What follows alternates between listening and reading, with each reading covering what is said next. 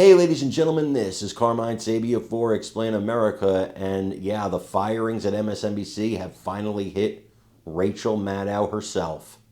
Before we get started, please make sure you like, comment, share, and subscribe. Those little things really help us out, and they help our channel continue to grow. And if you're not watching us on YouTube, please visit that address in the lower right-hand corner. It's youtube.com/@explainamerica, and hit subscribe, absolutely free. It really helps us out. Rachel Maddow is not taking the news of the firings of her friends, Joy Reid, Alex Wagner, Katie Fang, not taking them very well at all. In fact, more hosts were fired today. We're just getting word about it now, so we'll probably have news on it for you tomorrow. There's a purge going on in MSNBC, and Rachel Maddow's got to be scared. She's got to be scared because her show is not having the ratings it once had either. But what she did during this clip was even worse. She accused the network that's paying her tens of millions of dollars every year of firing these people because they're racist. And she didn't overtly say it, but the insinuation is there. I want you to watch this clip and let me know what you think in the comments. I'm going to take a little point of personal privilege here just for a moment, if it is okay with you.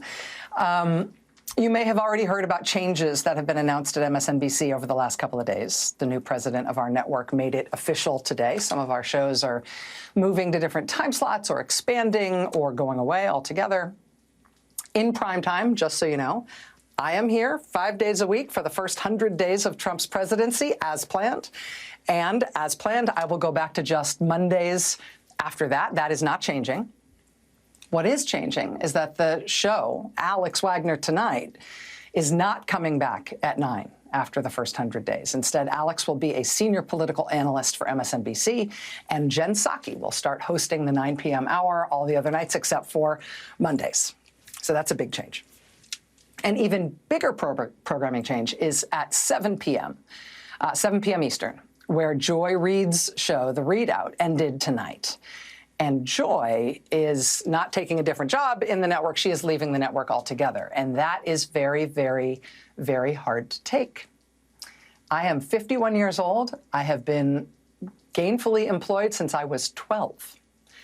And I have had so many different kinds of jobs, you wouldn't believe me if I told you. But in all of the jobs I have had, in all of the years I have been alive, there is no colleague for whom I have had more affection and more respect than Joy Reid. I love everything about her. I have learned so much from her. I have so much more to learn from her. I do not want to lose her as a colleague here at MSNBC. And personally, I think it is a bad mistake to let her walk out the door. It is not my call, and I understand that, but that's what I think.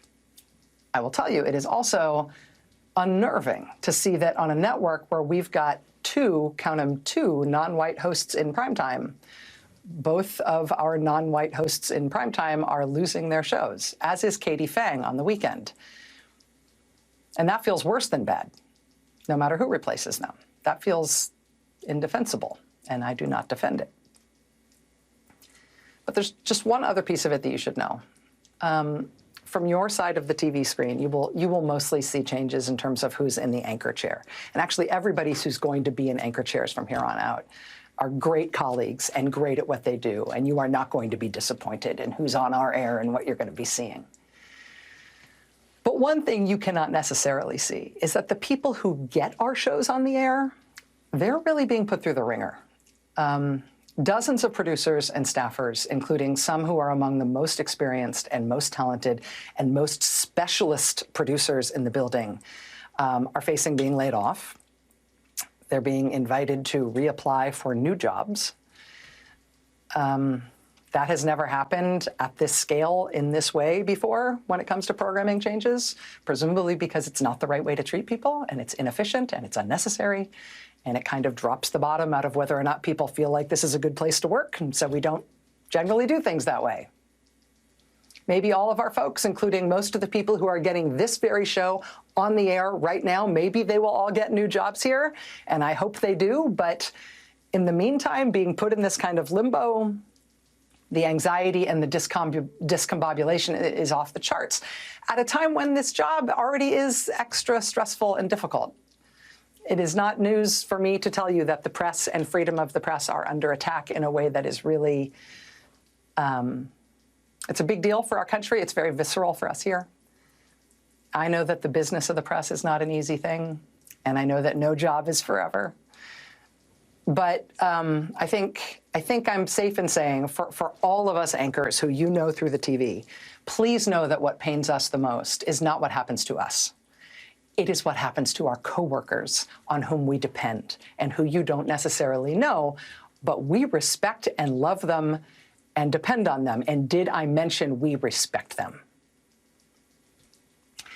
This is a difficult time in the news business, but it does not need to be this difficult. We welcome new voices to this place and some familiar voices to new hours. It's going to be great, honestly, and we want to grow and succeed and reach more people than ever and be resilient and stay here forever. I also believe, and I bet you believe, that the way to get there is by treating people well.